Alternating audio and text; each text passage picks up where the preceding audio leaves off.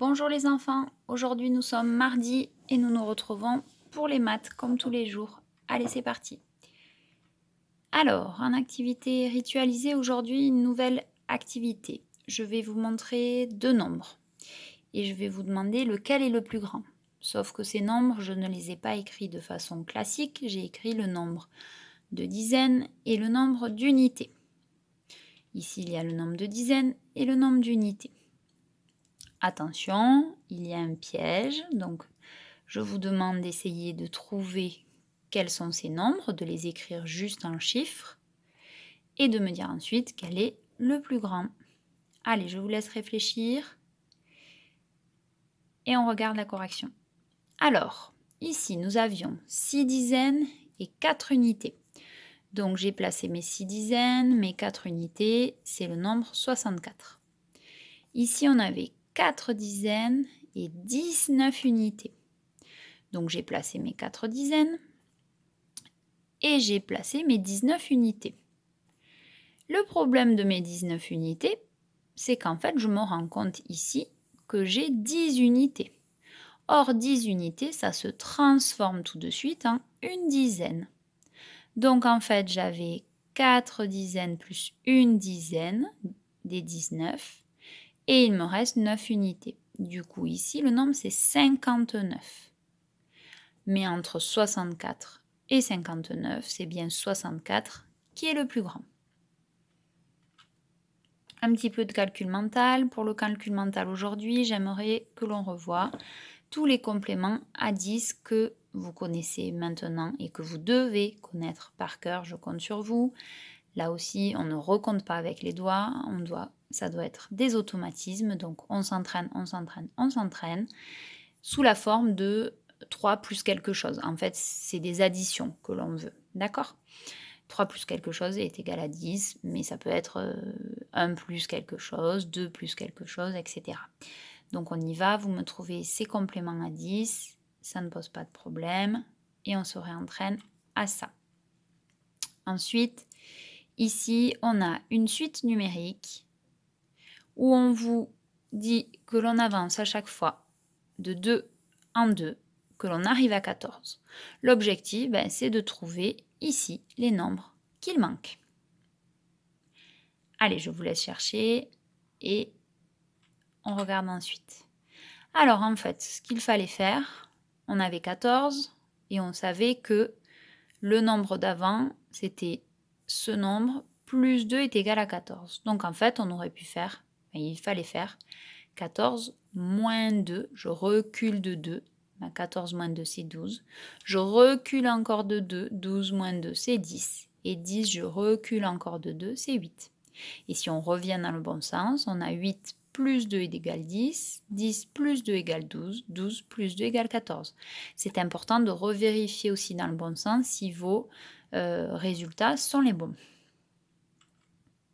Résolution de problème. Alors aujourd'hui, on y va. Un ouvrier prépare son matériel pour construire la maison. Il a pris dans son camion 18 paquets de briques et 5 sacs de ciment. Combien d'objets doit-il décharger de son camion? Comme d'habitude, on fait un dessin si on a besoin pour chercher. On fait le calcul, on écrit le calcul et la phrase réponse. Je vous laisse chercher et on regarde. Alors, ici, moi, j'ai représenté le camion, mais vous n'étiez pas obligé. 18 paquets de briques, 5 sacs de ciment. En fait, il fallait faire tout simplement 18 plus 5, qui est égal à 23. Il doit décharger 23 objets. Donc, ça nous fait penser à ce problème, c'est-à-dire combien ça fait en tout. C'est le type de problème, combien ça fait en tout. Et on avait donné comme exemple une fois, Juliette fait une collection de cartes, elle en a 12, sa grand-mère lui en offre 5. Combien Juliette a-t-elle de cartes au total? C'était bien aussi 12 plus 5. Donc, c'est le type de problème où l'on cherche le total de ce qui est demandé dans le problème. Et en apprentissage, aujourd'hui, nous allons travailler sur le calendrier. Alors, c'est quelque chose que nous avons travaillé en classe tous les jours depuis le début de l'année, chacune dans nos classes, puisque nous demandions aux enfants quel jour nous étions, quel jour était le jour de la veille, quel jour serait le jour de demain, quel mois nous étions, comment le mois s'écrit-il en abrégé puisque nous écrivions la date. Nous avons travaillé également un petit peu sur les saisons, donc c'est un travail qui a été fait quotidiennement. Maintenant, ce qui est intéressant, c'est de synthétiser un petit peu tout ça. Alors, le calendrier de 2020, je l'ai mis ici sur la diapositive, pardon, je cherchais le mot, mais vous l'avez aussi en document qu'on vous mettra sur le Padlet si c'est plus simple pour l'imprimer. Alors, plusieurs questions pour ce calendrier que l'on peut observer. Je vous demande combien il y a de mois, combien il y a de jours dans une semaine. Écrire à côté de chaque mois le nombre de jours. Encadrer en vert le mois de février. Encadrer en orange le mois de mai. Surligner en jaune la 3e semaine du mois de septembre. Entourer en bleu le 1er janvier. Et on peut dire aussi quel jour c'était. Entourer en rouge le 31 décembre et le 25 décembre. Et entourer en rose le 14 juillet. Donc bien sûr, vous faites au fur et à mesure. J'ai lu rapidement les consignes, vous pouvez les relire à votre enfant. Vous faites ça tranquillement et on regarde les corrections. Alors, on y va. Le nombre de mois dans une année, c'est 12 mois. Effectivement, ici, on a toute l'année 2020. 1, 2, 3, 4, 5, 6, 7, 8, 9, 10, 11, 12. Il y a 12 mois dans une année. C'est ce que l'on retrouve quand on écrit la date en abrégé. Quand on écrit janvier, c'est 01 parce que c'est le premier mois de l'année. Février 02, mars 03, 04, 05, 06, le 6e mois de l'année, c'est le mois dans lequel nous sommes en ce moment. 07, 08, souvent celles-là on ne les écrit pas puisque nous sommes en vacances ou alors à la toute fin, enfin au tout début du mois de juillet, à la toute fin de l'année. 09, le mois de la rentrée, 10, pas 010, 10, 11, le 11e mois de l'année, et 12 pour décembre. Le nombre de jours de la semaine, c'était la question la plus facile, ça on le connaît depuis la maternelle, il y a 7 jours dans la semaine. Alors, ce calendrier commence par dimanche, ça dépend des formats. Dimanche, lundi, mardi, mercredi, jeudi, samedi. Sachant que les jours d'école, lundi, mardi, mercredi, jeudi... Ah, j'ai oublié vendredi. Excusez-moi, je viens de me rendre compte en le lisant. Donc, bien sûr, il manque vendredi là pour que cela fasse 7. Excusez-moi. Ensuite, écrire à côté de chaque mois le nombre de jours. Alors, en fait, au lieu de recompter le nombre de jours, on regarde à la fin le dernier nombre ici. Janvier comporte 31 jours. Février est un mois particulier, on en reparlera plus tard. Vous en reparlerez plus tard dans votre scolarité. Cette année, il avait 29 jours, mais ce n'est pas le cas tous les ans. Mars, 31 jours. Avril, 30. Mai, 31. Juin, 30. Juillet, 31. Août, 31. Septembre, 30. Octobre, 31. Novembre, 30. Et décembre, 31.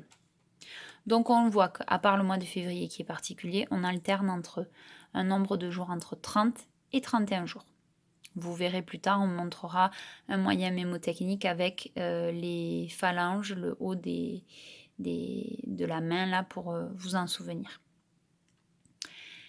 Alors, encadrer en vert le mois de février. Février, il est là, c'est le 2e mois de l'année. Encadrer en orange le mois de mai, il était juste en dessous. Surligner en jaune la 3e semaine de septembre. Alors la 3e semaine complète, parce que là on n'avait pas une semaine complète puisque cela commençait à mardi. Donc on a 1, 2 semaines complètes et 3e semaine complète de septembre qui était du 20 au 26. Et ensuite entourer en bleu le 1er janvier qui était un mercredi cette année. En rouge, le 31 décembre, qui était un jeudi.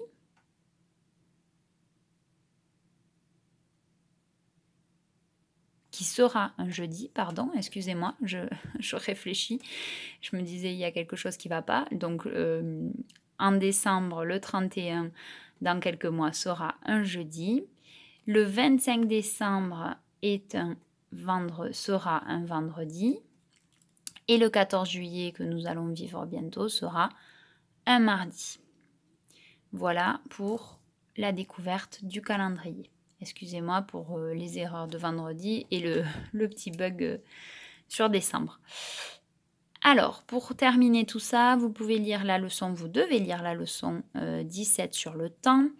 On peut mesurer le temps de plusieurs façons. Une année, c'est 365 jours ou 366 suivant le nombre de jours en février. L'année est partagée en 12 mois ou en 52 semaines. On parle aussi de semaine 1, semaine 2, semaine 3, etc. Chaque mois compte 30 ou 31 jours, sauf février qui en compte 28 ou 29. Une semaine compte 7 jours, là il n'y a pas d'erreur. Une journée c'est 24 heures et une heure c'est 60 minutes. Je vous invite à aller voir la petite vidéo sur le calendrier et nous aurons terminé pour aujourd'hui. Je vous dis à demain.